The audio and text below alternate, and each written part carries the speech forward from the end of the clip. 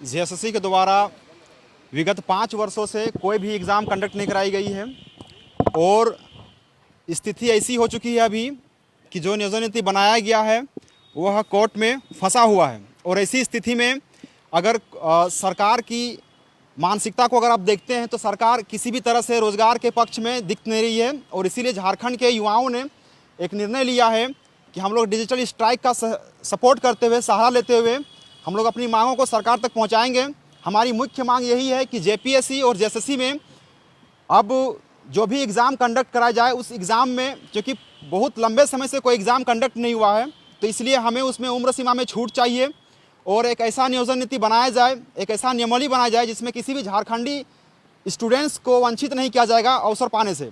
और साथ ही साथ जो भी एग्ज़ाम झारखंड में होगा, हर एक एग्ज़ाम में निष्पक्षता होना चाहिए, पारदर्शिता होना चाहिए और साथ ही साथ भ्रष्टाचार मुक्त परीक्षाओं को संपन्न कराने के लिए हम लोग ये डिजिटल स्ट्राइक कर रहे हैं। इस स्ट्राइक और इस कैंपेनिंग का एक ही उद्देश्य यही है कि अधिक से अधिक संख्या में युवा जुड़ करके सरकार से अपनी मांगों को सरकार के समक्ष रखेंगे, प्रस्तुत करेंगे।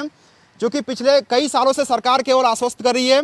सरकार को डर लगता है कि महामहिम के पास उनका लिफाफा है, इसलिए वो डरती है और उनके डर से बहुत सारे काम करती है। लेकिन सरकार ये भूल जाती है कि हर चुनाव में युवाओं के पास भी एक लिफाफा होता है और उस लिफाफे का वो लोग समन्वय नहीं कर पाते हैं। और इसीलिए सरकार जब से आई है तब से लेकर के अभी तक से सरकार ने एक भी स्टैंड, एक भी काम, एक भी कोई भी ऐसा नियमावली या फिर कोई भी ऐसा नियम जो है झारखंड के बेरोजगार युवाओं के लिए नहीं किया गया है। आज आप देख सकते हैं हमारे पीछे जो युवाओं की फौज खड़ी हुई है, युवाओं का जो भीड़ पड़ा हुआ है। कोई भी युवा अगर यहाँ पे तैयारी करने के लिए पहुँचे थे तो उनको लगा था कि हम सिर्फ यहाँ पे आकर के 5 महीना, 6 महीना, साल भर तैयारी करेंगे। लेकिन वही युवा आज तैयारी करते करते 5 साल बिता दिए हैं। कोई भी एक बेरोजगार युवा जो घर में रह करके तैयारी कर रहा था, आज अगर वो शहर में आकर तैयारी कर रहा है तो जाहिर सी बात है कि उसके पास सीमित संसाधन है, पैसे नहीं है, अर्थ का अभाव है, उसके बाद भी वो किसी तरह से मैनेज कर रहा है। और इसीलिए झारखंड के युवाओं ने निर्णय लिया है कि जितने भी झारखंड के युवा हैं, चाहे जितने भी जिस क्षेत्र में जिले हैं, हर एक जिला से स्टूडेंट जो है अपने स्तर से लीड करेंगे, नेतृत्व करेंगे और वहाँ से डिजिटल कैंपेन को आगे बढ़ाया जाएगा। और सरकार अगर हमारे इस कैंपेन में भी बात नहीं सुनती है तो हम लोग इस कैंपेन के बाद जो 5 नवंबर का जो हमारा कैंपेन चलेगा उसके बाद 8 और 10 के बीच में हम लोग सड़क पर उतरने का भी काम करेंगे। और सरकार अगर नहीं करती वो काम भी तो 14 तारीख तक से हम लोग पूरा झारखंड को बंद करने का काम करेंगे।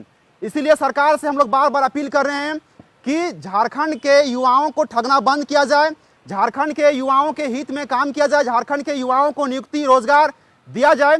बहुत दुख होता है उस समय जब झारखंड सरकार जो मुख्यमंत्री हैं खुद अपने आप को युवा कहते हैं और हमें कहते हैं कि आप मुर्गी बेचो, पकौड़े तोलो। तो ये सब बहुत ही ज़्यादा शर्मनाक करने वाली बात सामने आती है। इसलिए युवाओं ने ठान लिया है कि इस बार डिजिटल स्ट्राइक के माध्यम से पूरे शहर को धुआं धुआं कर देंगे। हर एक क्षेत्र में ट्विटर को इतना बेहतर तरीके से हम लोग ट्रेंडिंग में लाएंगे कि आने वाले समय में 7 पुश्तों तक सरकार याद रखेगी कि झारखंड में युवाओं ने एक कैंपेन किया था। इसलिए झारखंड के युवाओं से मेरा खास करके अपील है कि इस कैंपेन में आप अपना सहभागिता दीजिए, अपना भागीदारी दीजिए। अगर आज आप अपने हक और अधिकार के लिए सामने नहीं आएंगे तो आने वाले समय में कोई भी सरकार आपकी बात नहीं सुनेगी। इस सरकार को अगर आप अपनी बात मनवाना है तो डिजिटल कैंपेन के माध्यम से सरकार को अपनी बात मनाएंगे। सभी झारखंडी युवाओं से मेरा एक अपील है कि आप लोग इस कैंपेन में सहभागिता दीजिएगा। छात्र एकता जिंदाबाद, छात्र एकता जिंदाबाद, हमारी मांगे पूरी करो।